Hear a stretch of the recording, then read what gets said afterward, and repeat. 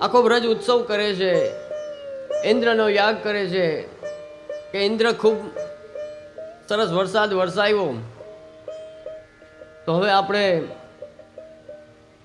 શું કહેવાય, પેલા થેન્ક્સ ઓફ ગિવિંગ, કે એણે આપણને વરસાદ આપ્યો તો આપણે હવે એનું કૃતજ્ઞતા પ્રગટ કરીએ.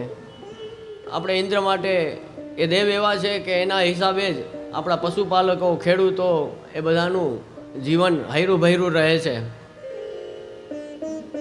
ખૂબ તૈયારીઓ થાય છે. ઠાકોરજી 7 વર્ષના છે. 7 વર્ષના કનૈયા નંદરાયજીને કહે છે કે બાબા, આ સમજમાં નથી આવતું કે મહેનત આપણે કરીએ છીએ અને આ બધા ભોગ કેમ તમે ઇન્દ્રને ધરો છો, ઇન્દ્રનો યાગ કેમ કરો છો? તો કે દીકરા, નંદરાયજી સમજાવે છે કે આપણને ઇન્દ્ર સુખી કરે છે, આપણા દુઃખ ઇન્દ્ર દૂર કરે છે. ઇન્દ્રદેવની ખૂબ આપણા ઉપર કૃપા છે. એ વરસાદ આપે છે ત્યારે જ આ ધન ધાન્ય થાય છે, આપણી ગાયો ચારો ચરી શકે છે. ઠાકોરજી કહે છે કે બાબા, સુખ ને દુઃખ કાંઈ ઇન્દ્ર નથી આપતો, સુખ ને દુઃખ તો આપણે પોતે જ ઊભા કરીએ છીએ. આપણા કર્મો આપણને સુખી અને દુઃખી કરે છે.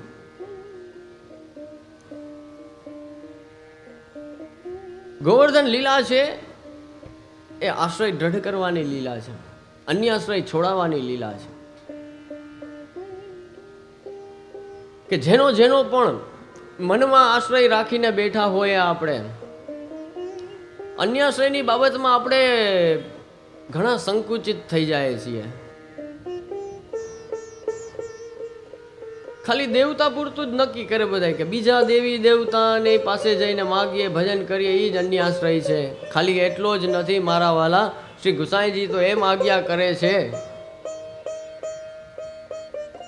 કે આપણા હૃદયમાં ખાલી દેવી દેવતા નહીં પણ લૌકિકના કોઈ પણ વ્યક્તિ માટે પણ એવી ભાવના આવી ગઈ કે મારું તો આના દ્વારા જ કંઈક કામ થશે, નહીં તો નહીં થાય. તો ઠાકોરજીનો અન્ય આશ્રય આપણો થઈ ગયો કહેવાય, કે ઠાકોરજીનો આશ્રય બ્રેક થયો અને પેલી લૌકિક વ્યક્તિનો આપણે આશ્રય કર્યો કહેવાય.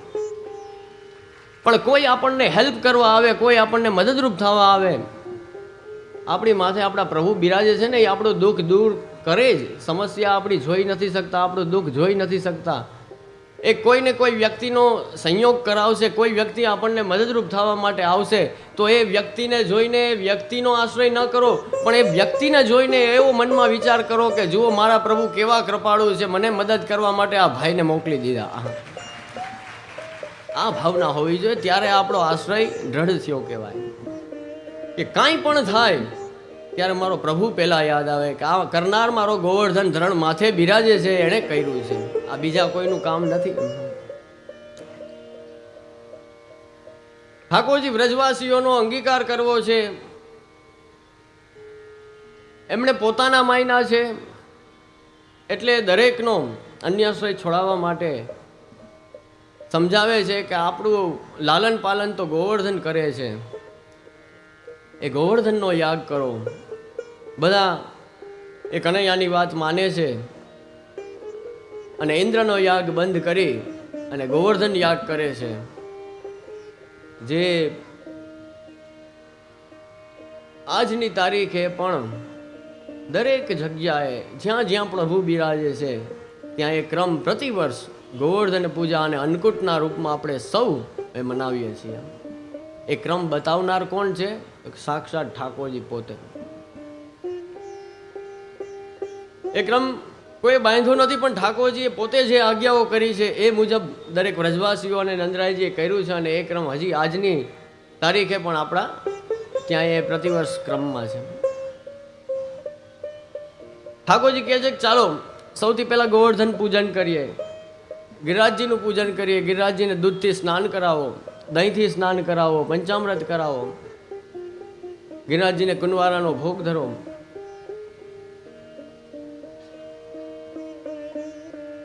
ગોવર્ધન પૂજા માનસી ગંગા જલ નવાય કે પાછે દૂધ ધોરી કો.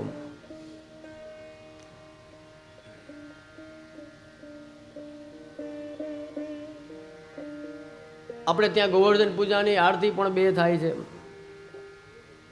ઠાકોરજીની આડીથી કરીએ છીએ, એ બધું ઠાકોરજીએ કરેલું છે. એ ક્રમ આપણને ઠાકોરજીએ બતાવેલો છે.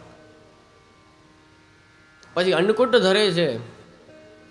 ગિરિરાજજી આટલા ઊંચા, એની સામે વ્રજવાસીએ અન્નનો કોટ એટલો જ ઊંચો કર્યો અને એ કરીને બતાવ્યું કે ભગવાન આપ ભલે ગમે એટલા મોટા હોય, જુઓ અમારો ભાવ પણ એટલો જ ઊંચો છે આપના જેટલો જ. ગિરિરાજજીની સામે એટલો જ ઊંચો કોટ એ વ્રજવાસીઓએ કર્યો. આપણે ત્યાં વૈષ્ણવો દીનતાપૂર્વક એમ કહેતા હોય, અન્નકૂટ કરવો હોય તો કે મારે આજે 4 દૂના ધરવા છે, કે મુઠ્ઠી સામગ્રી અરોગાવી છે. આપણે એમ કહીએ ને વિવેકથી. અરે મારા વાલા, એ આપણા વ્રજવાસીએ જે ધૈર્યો તો એ ભાગવતજીમાં વાંચો ને તમે. ગાડાના ગાડા ભરી ભરીને સામગ્રી દિવસ ને રાત પધરાવે જાય, પધરાવે જાય, પધરાવે જાય. એ જે અન્નકૂટ ધૈર્યો હતો ને એની સામે તો આપણે ગમે એટલા કદાચ પીપાના પીપા કે ગમે એટલી સામગ્રી ધરીએ ઠાકોરજીને, એ 4 દૂના જેટલી જ છે. એ મુઠ્ઠી સામગ્રી જ છે. કારણ કે વ્રજવાસીઓનો ભાવ ત્યારે એટલો ઊંચો થઈ ગયો હતો કે ગિરિરાજજીની સામે એટલી જ સામગ્રીનો કોટ થઈ ગયો હતો. પછી ઠાકોરજી 7 કોષની પરિક્રમા કરવા પધારે છે. ઘણા ઘણા પ્રસંગો એમાં થાય છે.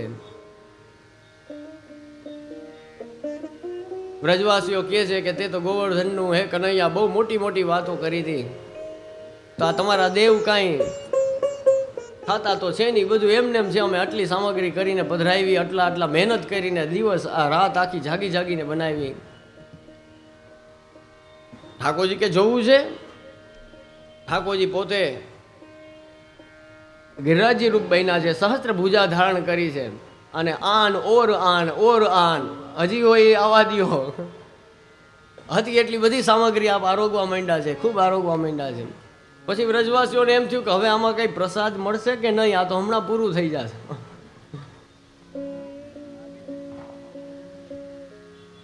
ખૂબ સુંદર સુંદર ભાવ છે એના. સમયના અભાવને કારણે હું બહુ વિસ્તાર કરી શકતો નથી.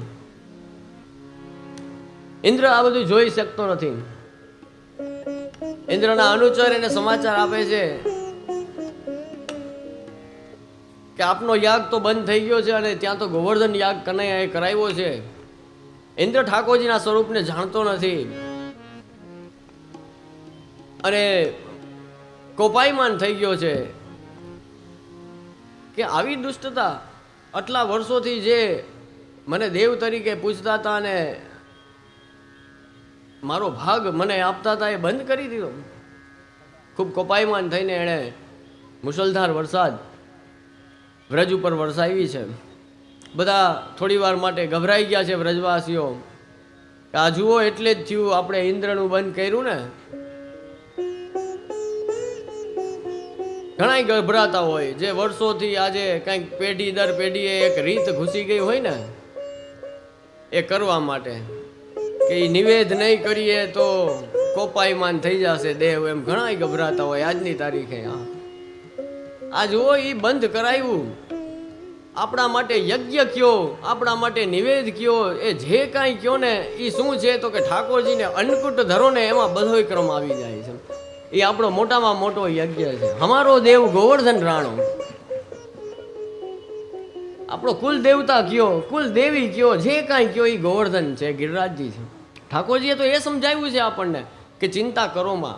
ખાસ સમજવાનું એ છે, જુઓ તમે ખરેખર સમજો કે કાંઈક છોડીએ આપણે એટલે તમને બીક લાગે કે અમે આટલા વર્ષોથી કરીએ ને હવે આ છોડી દેશું એટલે એ દેવ કોપાયમાન થઈ જાય ને આપણને બીક લાગે. બરાબર?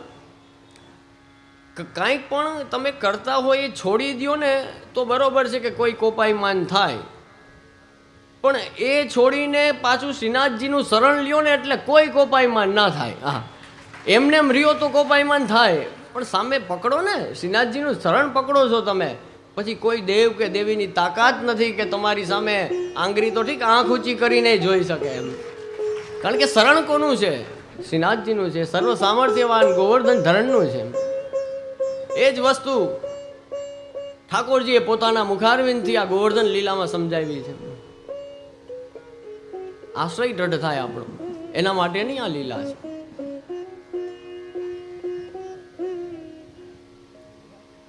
ઠાકોરજીએ કહ્યું કોઈ ચિંતા કરોમાં, ગમે એટલો વરસાદ આવે, આવી જાઓ બધા વ્રજવાસીઓ, ગ્વાલ બાલો, ગોપીજનો, ગાયો, બધા ગિરિરાજજીની નીચે આવી જાઓ.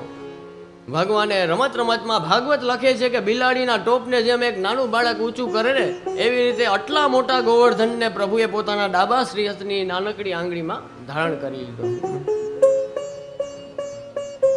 આપ ગોવર્ધન ધરણ કેવાળા, ગિરિરાજ ધરણ કેવાળા, સમસ્ત વ્રજમંડળ પરિકર એ બધું સુરક્ષિત રીતે એ ગિરિરાજજીની નીચે આવી ગયું. આપણે ત્યાં તો મનોરથો ને ઉત્સવમાં પણ એ જ ભાવના હોય. વૈષ્ણવ ગામડામાં કહેતા હોય, જ્યાં કીર્તન થતા હોય, કથા થતી હોય કે આપણે બધા ક્યાં છીએ અત્યારે, તો કે આપણા બધા ગોવર્ધનની નીચે જ છીએ. અત્યારે પણ આપણા ગોવર્ધનની નીચે જ છીએ, એના સાનિધ્યમાં જ છીએ. ત્યારે જે આનંદ લઈ શકાય, ત્યારે જે ભગવદ નામ સત્સંગ લઈ શકાય.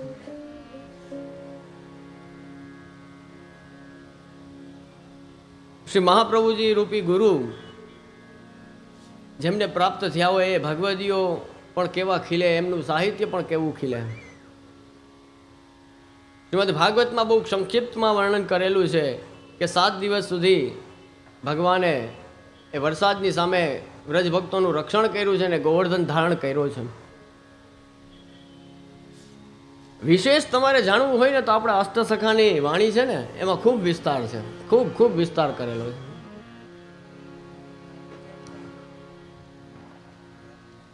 એક બહુ સુંદર ભાવનું કીર્તન છે. એમાં ઠાકોરજી ગોવર્ધન ધારણ કરીને, હવે એમાં શું છે કે 7 દિવસ ને 7 રાત એમને એમ તો કાંઈ જાય નહીં, ઘણું થયું હોય ને એમાં. આમાં તો બહુ ટૂંકમાં કહી દીધું કે 7 દિવસ ભગવાને ગોવર્ધન ધારણ કર્યો.